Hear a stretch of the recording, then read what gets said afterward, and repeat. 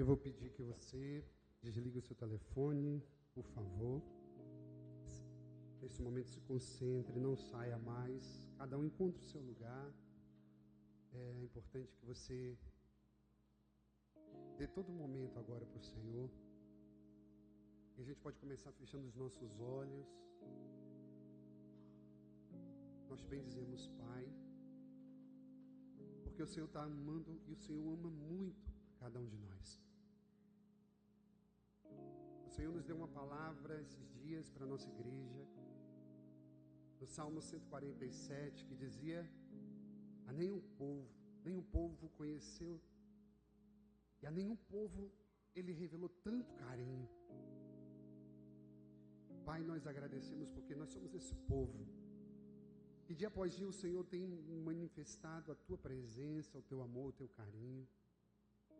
Nós viemos nessa igreja, Senhor, para nos encher da Tua alegria, da Tua graça, para pedir a Tua sabedoria para enfrentar essa semana. E nós estamos aqui com sinceridade, Deus.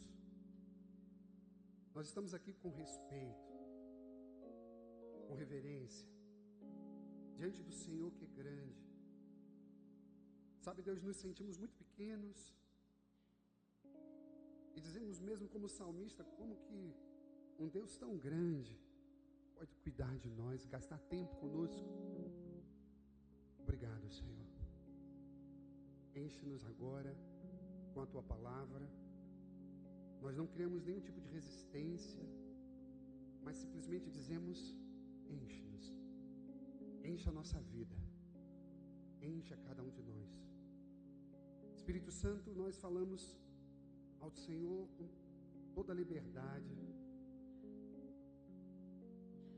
Precisamos do Senhor. Mais do que antes, nós agora precisamos mais de Ti. Sobre a nossa forma de enxergar as coisas, sobre as preocupações do nosso coração, sobre aquilo que tem roubado o nosso sono. Espírito Santo, tantos medos nós estamos carregando, mas hoje nós nos despimos de tudo para dizer: lava-nos. Queremos ser alimentados por essa palavra viva, queremos receber, queremos ser plenos desse amor. E o Salmo 147 diz: a nenhum povo revelou os seus preceitos, nenhum povo recebeu tanto carinho. Nós somos esse povo, Deus, e Te bendizemos e Te agradecemos. Em nome do Pai, do Filho e do Espírito Santo. Amém. Meus amados, hoje nós temos muitas alegrias. Queria começar antes da homilia, se vocês me permitissem. Eu anunciei isso na quinta-feira, mas é motivo de muita alegria, mesmo ele não estando perto de nós. Ele está numa missão agora, ele está aqui dando formação. Mas o nosso diácono Lucas foi eleito sacerdote, ou seja, só chega agora o grande dia. E já está perto, agora dia 25 do mês próximo. Então a gente quer festejar, a gente quer acompanhar e a gente quer também cobrir a vida do Lucas. Amém, minha gente? Para que ele se prepare nesse último mês com toda a liberdade, que nada seja empecilho, para que ele viva esse momento tão importante que é a consagração de vida, que é a ordenação sacerdotal.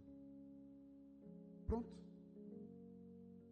Está acabando o período que a gente chama como o período penitencial. Tempo de penitência quaresmal está se findando. No próximo domingo já celebramos Ramos, entramos na Semana Santa. Mas a liturgia de hoje quer envolver toda a igreja numa percepção muito interessante. Os 3 domingos atrás, com os outros 2, mas esse, o que a igreja quer informar e quer formar o nosso coração? Uma visão de uma realidade batismal. Cada domingo tem se apresentado para cada um de nós uma imagem forte do batismo. Por exemplo, domingo retrasado, a Samaritana, nós entendemos que o símbolo principal é a água viva que o próprio Jesus dá, que é o Espírito Santo. No domingo passado, nós tivemos a percepção de um outro grande sinal. Todo aquele que é batizado, como que ele sai de uma escuridão e começa a enxergar uma vida nova. Amém, minha gente? E hoje, A liturgia quer lembrar a gente que todo aquele que é batizado recebe uma vida nova, uma ressurreição. As antigas igrejas, elas tinham de fato até um batistério, porque um batistério de imersão, e aquela imersão, até São Paulo na sua carta ele vai dizer, nós morremos para uma vida nova e ressurgimos para uma vida nova. Ou seja, a liturgia de hoje então quer como que fechar esse ciclo batismal com essa imagem, lembrando que cada um de nós, eu, o Senhor, você que está em casa acompanhando essa transmissão, também precisamos de ressurreição. E o primeiro ponto da nossa reflexão é justamente entender aquilo que Jesus disse, que é uma frase tão forte: eu sou a ressurreição e a vida. Marta, no evangelho de hoje, dizia assim: eu creio que lá no último dia meu irmão Lázaro vai ressuscitar. Mas não era isso que Jesus queria dizer apenas. Jesus, quando diz essa frase, carregado de uma densidade teológica, ele quer lembrar que também a gente morre todos os dias. Nós temos perdas e cada um de nós sente de um jeito. Eu tenho certeza que todas as vezes que nós somos invalidados, nós nos sentimos frágeis, a tal ponto de nos fazer perder a perspectiva de futuro. Nós nos envolvemos com a morte da fé, com a morte da esperança. Hoje, quando ouvimos essa mensagem, eu sou a ressurreição e a vida, Jesus está dizendo para cada um de nós, quem vive nele não morre.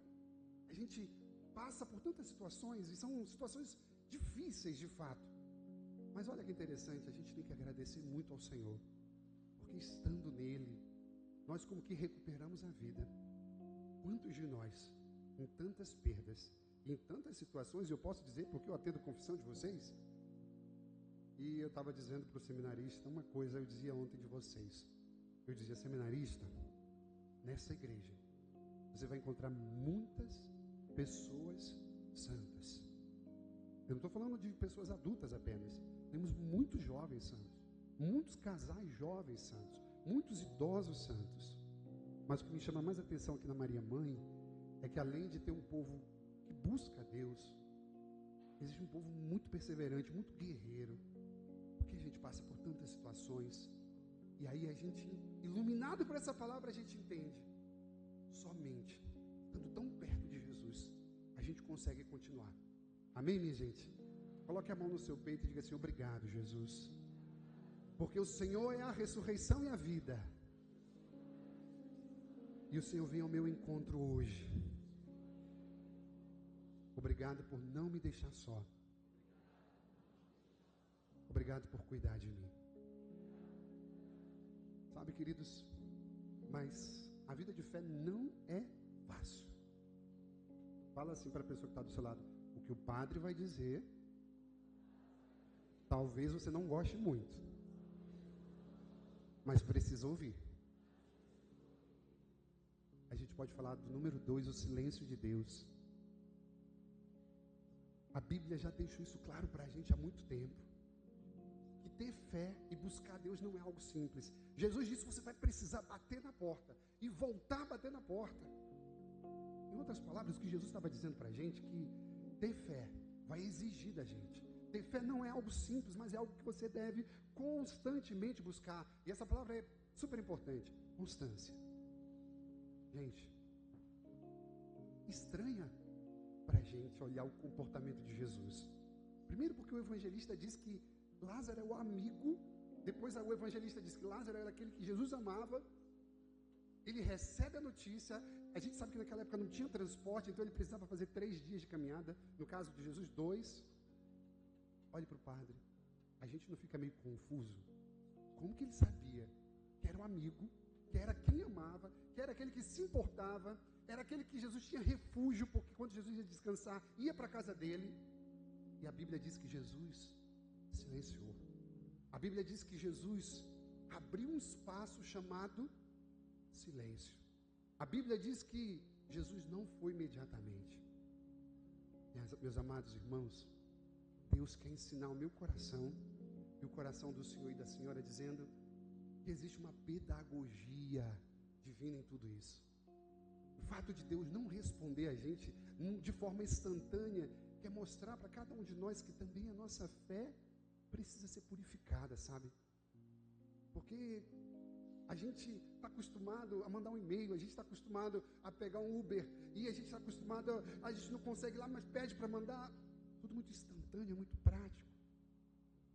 E aí a gente, quando vive essa realidade, a gente tem que ter um equilíbrio tão grande interior, para a gente não pensar que com a fé vai funcionar da mesma forma.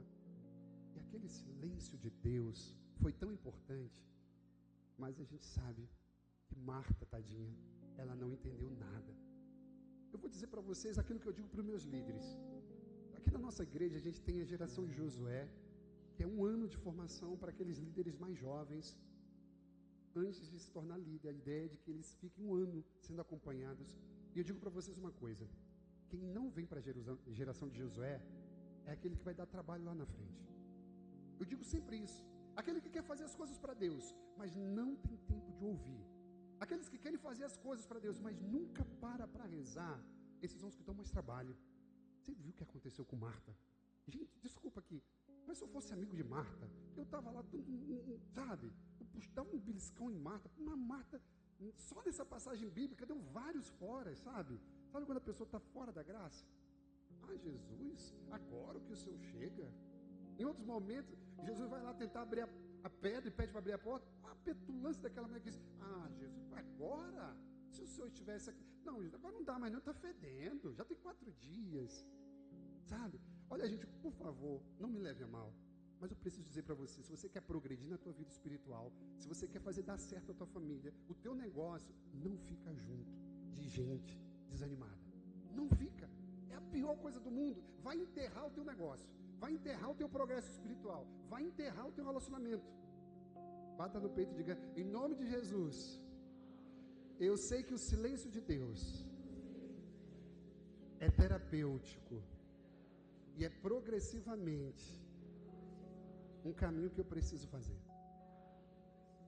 Deus não precisa me responder na minha vez, do jeito que eu quero. Amado, eu quero dizer para você uma coisa. Depois daquele momento, Jesus vai ter um encontro com Marta. Aí sim, terceiro momento, Jesus encontra Marta. E o que acontece? A gente vai começar a ver a fé que vai amadurecendo. Porque Marta é essa figura de fato, daquela que vai dando os passos da inconstância para a constância da fé. E por que é legal a gente falar sobre isso, queridos irmãos e irmãs? Porque Jesus, no fundo, ele quer dizer assim: olha, sabe você que vai vir na sexta-feira santa aqui, piedosamente, você vai estar aqui e vai chorar as dores com Jesus. Sim ou não? No domingo que vem, você vai estar com a gente lá na procissão com o trio elétrico. De manhã cedo, você vai estar lá cantando Hosana ao Filho de Davi. Você conhece esse rito. Você sabe que aquela é a abertura da Semana Santa. Sim ou não? Que Jesus chamou Marta e disse: Marta, eu sei que você conhece, mas você precisa parar só de conhecer, só de saber aqui. Você precisa sentir aqui, Marta. Olha que interessante. Olha o que Jesus quer falar para mim, para o Senhor e para a senhora. A gente precisa, no fundo, estar mais perto dele. Sabe, minha gente, graças a Deus a gente tem a possibilidade de se aproximar cada dia mais um pouquinho, assim, um bocadinho de Jesus. Sabe por quê? Ninguém aqui é perfeito. Quando Jesus voltar, ele não vai te encontrar perfeito. E ele nem vai querer saber disso. Mas quando Jesus voltar, ele vai olhar e vai dizer assim: ela está perseverando. Ele está lutando para continuar no caminho. Foi por isso que Jesus não descartou Marta. Porque no fundo, aquela mulher que só queria trabalhar e não queria rezar, no fundo, ela tinha um coração bom e estava tentando se aproximar mais de Jesus. Em outras palavras, meus amados irmãos e irmãs, a gente precisa sair dessa situação de fé que cobra, que toda hora duvida, que sabe, e digo para você, está na hora de regar a fé. Se você só está trabalhando, se você está constantemente num espírito de dúvida, de medo, de questionamento das coisas de Deus, a liturgia hoje está dizendo: se aproxima mais de Jesus. Sabe por quê? Eu quero dizer isso para o seu coração. Enquanto aquela mulher cheia de dúvida disse: agora? Eu quero dizer para você: nunca é tarde para Jesus. E Ele não chega na hora errada, não. Jesus só chega na hora certa. Amém, minha gente? Nunca vai ser tarde para Jesus. e Ele sabe o que faz. Eu adoro aquela definição de fé. Aquela definição de fé, para mim, é a mais bonita de todas. Não está no catecismo, de tão simples. Mas a definição de fé que me representa é: ter fé é deixar que Deus conduza as coisas, e lá no meio do caminho Ele te explique. E, gente, deixa Deus conduzir. Para de querer controlar tudo. Para de querer fazer só do seu jeito. Vai se machucar de vez em quando. E de quando em vez vai crescer ainda mais esse machucado. Para de querer ter razão. Deixa eu dizer: Senhor, toma conta. Para de ser Marta o tempo todo, sabe? Para de ser Marta. E diz: Senhor, toma minha mão, conduz. Eu quero terminar então essa mensagem falando da nossa cooperação humana. Depois que Jesus deu uma Marta bonito, Jesus falou assim: essa pedra é muito pesada. Olhe para o padre, olhe para o padre. Jesus podia fazer assim, ó, e a pedra seria removida. Mas a Bíblia diz que Jesus não fez isso, que Jesus falou: eu preciso que vocês tirem. E aí, querido, a Bíblia diz em outro momento que eram necessários 6 homens com muita força para remover essa pedra. Sabe o que significa isso? Na nossa vida de fé, ou você vai se esforçar de verdade, ou você vai ficar a vida inteira na mesma posição que você está.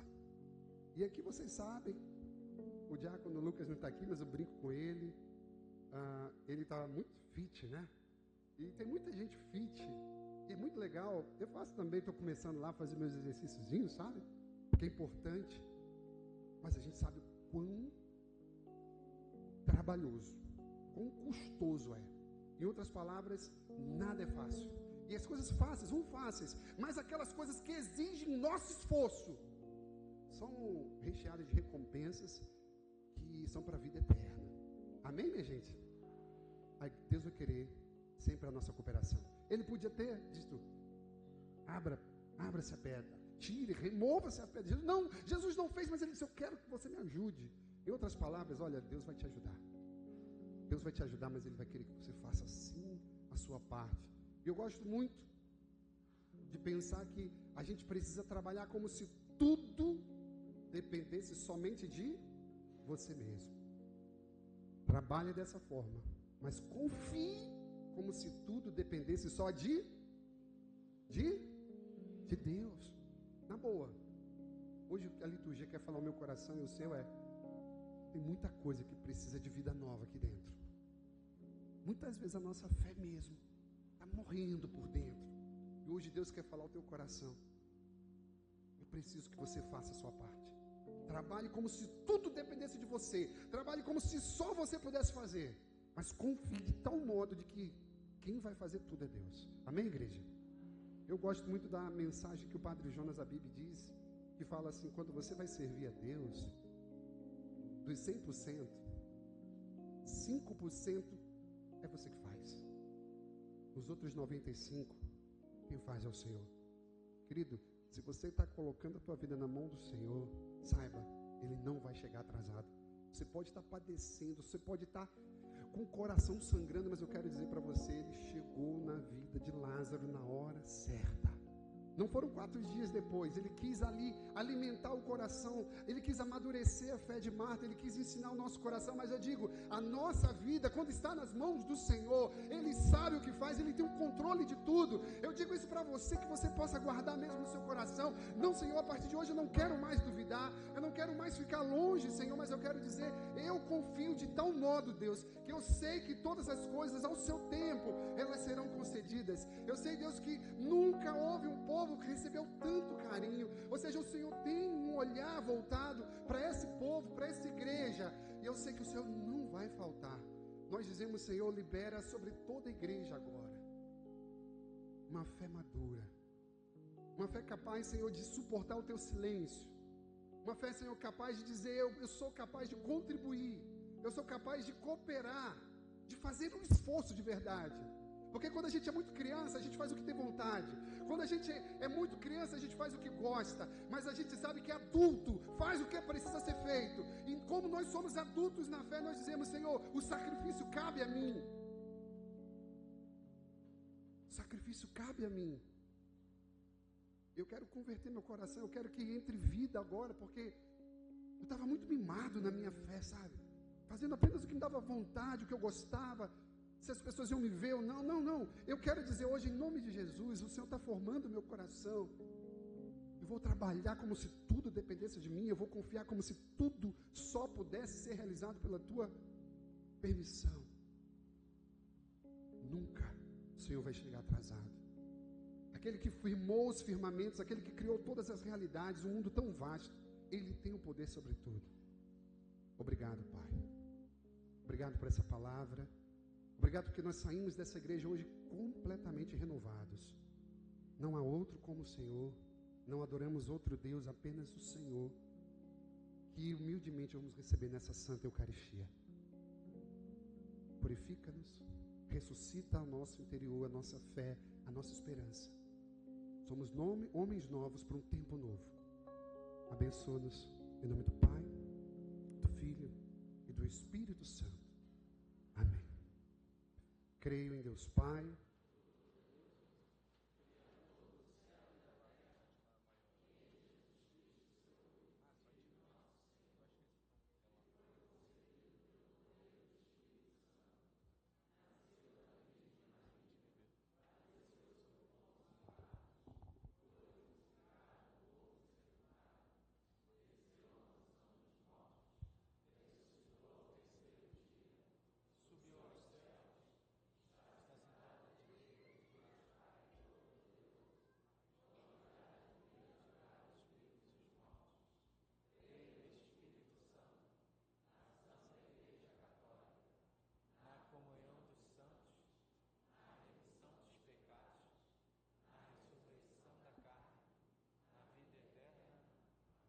com alegria, vamos participar do ofertório.